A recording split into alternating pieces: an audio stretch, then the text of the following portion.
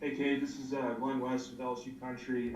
We were talking with Avery last week, and he calls you a kicking and punting guru. I mean, just what about you and I guess about your studying of kicking and punting has just allowed you to just get so much knowledge, I guess, over the last couple of years to really help out some of the guys on Um, Everyone's kind of different when it comes like how they handle their own kicking and their own craft. One of the ways I've handled mine is I've gathered a bunch of knowledge when it comes to me going and training with the guys I trained with in high school and the guys with Coles kicking and stuff like that. And I pay a lot of attention to videos of me kicking and feelings of when I hit certain balls and I mess up certain times so I can remember that and carry it on into the future and use it to be able to quickly coach myself. And I've used that to kind of do the same things with some of the guys here when they're having issues.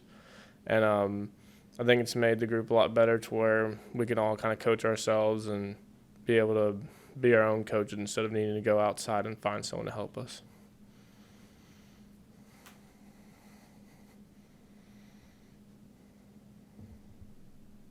Scott, are you speaking?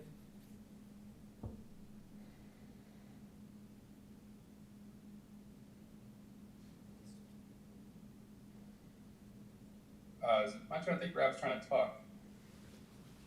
We can't hear Scott, so Wilson, go Rob, you're ahead. muted. We couldn't hear him, but when he was unmuted. So Wilson, go ahead. Okay. Cade York, Wilson Alexander here from The Advocate. You talked about there, like, everybody sort of kicking and punting can be very individual, specialists can be. So, how does Coach McMahon sort of help y'all? Like, what is sort of his style in terms of coaching y'all when everything can be so individual in what y'all do? I'd say his style is basically giving us the space to figure it out ourselves. It's not very common that a coordinator will really know that much about straight up kicking, like what the kicker does technique wise.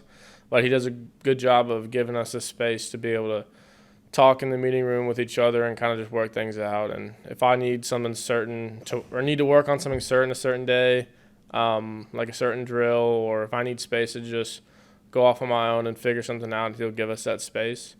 But that's why it's such a big deal that we need to be able to coach ourselves and figure out what's wrong in the moment, and be able to kind of fix it ourselves. Okay, you can hear me now. A false start penalty there, Kate. Sorry about that. All Um, good. uh, what is your relationship like with Avery? Obviously, he'd like to be the full-time kicker, and maybe you'd like to kick off, but he seems to understand his role and understand what good kicker you are. And also, going back to last year's Florida game, everybody talks about the shoe being thrown and everything. Do you get a lot of people coming up to you and talking to you about that record field goal that you made in the fog? And what is your part of in that like?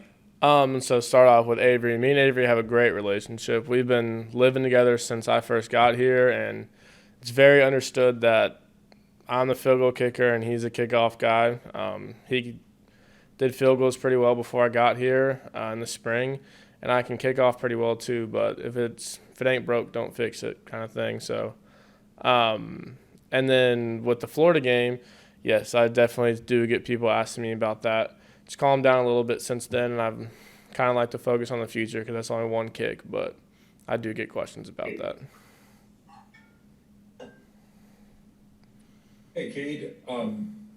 Cade, how do you focus on getting even better after the year that you just had? It seems like improvement at this point would be extremely incremental. How do you view that?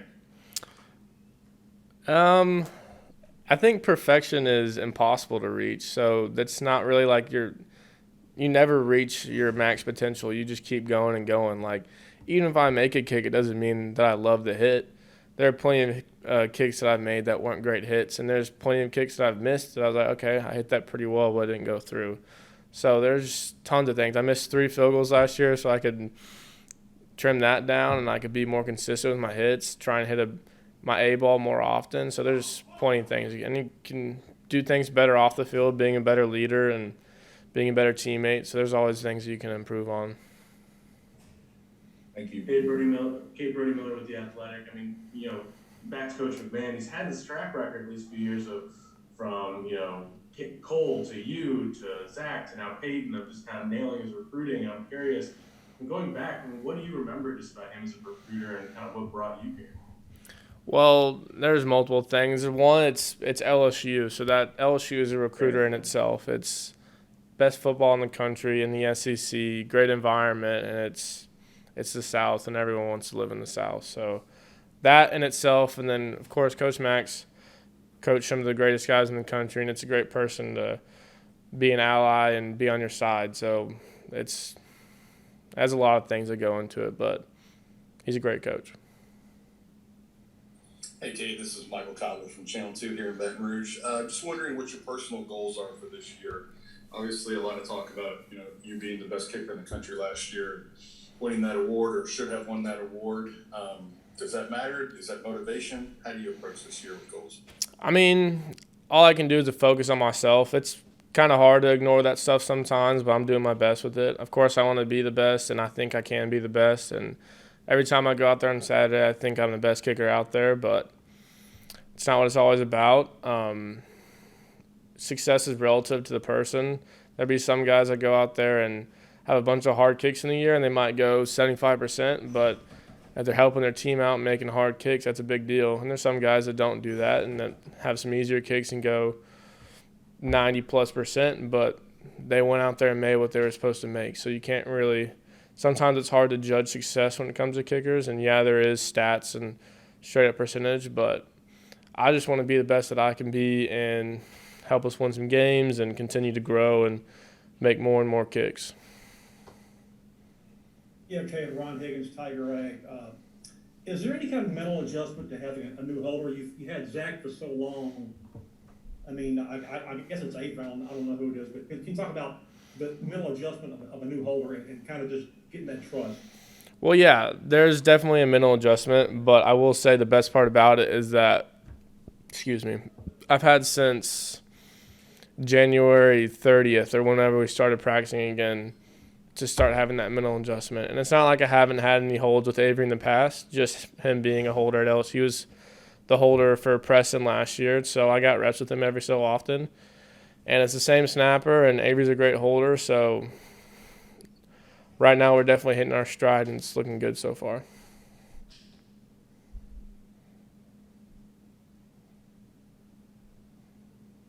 Hey, Cade, Jacques Doucet, WAP-TV in Baton Rouge.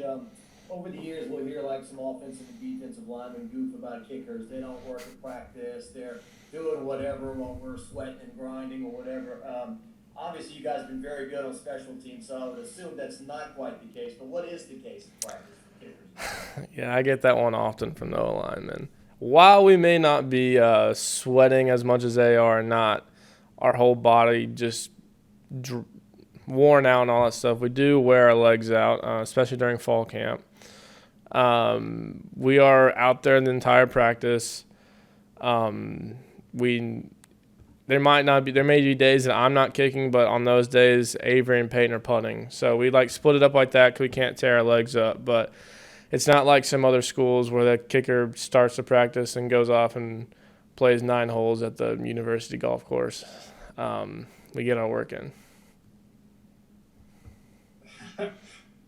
Cade Wilson from the Advocate again. How would that punter competition between Peyton and Avery, just how would you assess sort of their strengths as punters and what they're kind of both bringing to that position right now? So Avery is an older guy that didn't really start off as a punter but has done well at transitioning to it. And he's a little more raw than Peyton, but he has a big leg and he's doing well with it. They both have their strong sides and their weak sides to it, but everyone has that in their game. Peyton's a little bit younger, and he came off surgery his senior year, so it was a little bit of an adjustment, and he's finally coming back into his stride with things. But Peyton in the future is going to be a really good punter for LSU, and Avery's doing well right now too. So it's 2 good punters we got. Okay, Scott Rappelé again. How much of an influence is Coach McMahon with technique and that sort of thing? Obviously, I know kickers, coming up, you guys have camps and stuff that you go to, and who are your big influences, or who have been your big influences in your development as far as that goes? I kind of mentioned it earlier a little bit. It may not have been too clear about it. But Coach Mack's job isn't really to help us technique-wise. I know everyone might not think that, or that might not be their thought process on a special teams coordinator, but he basically gives us the space to be able to have time to work on things ourselves. And that's why I was saying that when you come and being kicker and specialist in college, you have to be able to coach yourself. You have to be your own best advocate and someone that can figure it out on your own, because it's hard to go out and get outside help when you're busy with fall camp and you're there every day. It's not the same thing where Coach O's a D-line coach and he played D-line. Mack never kicked a ball when he was growing up. He was a safety. So it's a little bit different. He picks up on things since we talk about it a lot, and I'll tell him certain things that happen when there's this hit or certain things that happen with another hit. So he picks up on things, but when it comes to straight technique-wise, you have to be able to be your own coach. Hey, Cade, it's Kyle again. Can you believe Mack was a safety with those hips? It seems. Oh, it was a long time ago, so I don't know. Kickers, as you just alluded to, are a little mercurial and probably deep thinkers. So give us your overarching take on this year's team. You know, there's a lot of talk amongst the position players about the chemistry and why it's improved. Do you feel like that was the missing link last year that you all have this year for your success? Yeah, I mean, it's kind of – last year was a tough season with a lot of things going on. We came in with COVID and then a bunch of racial awareness stuff going on. So there was a lot of uncertainty and stress, and sometimes it wasn't handled well. And Coach O's done a real good job of getting a good staff in, and it's been a real big focus going through the spring. So I think things are definitely looking or trending upwards and looking good.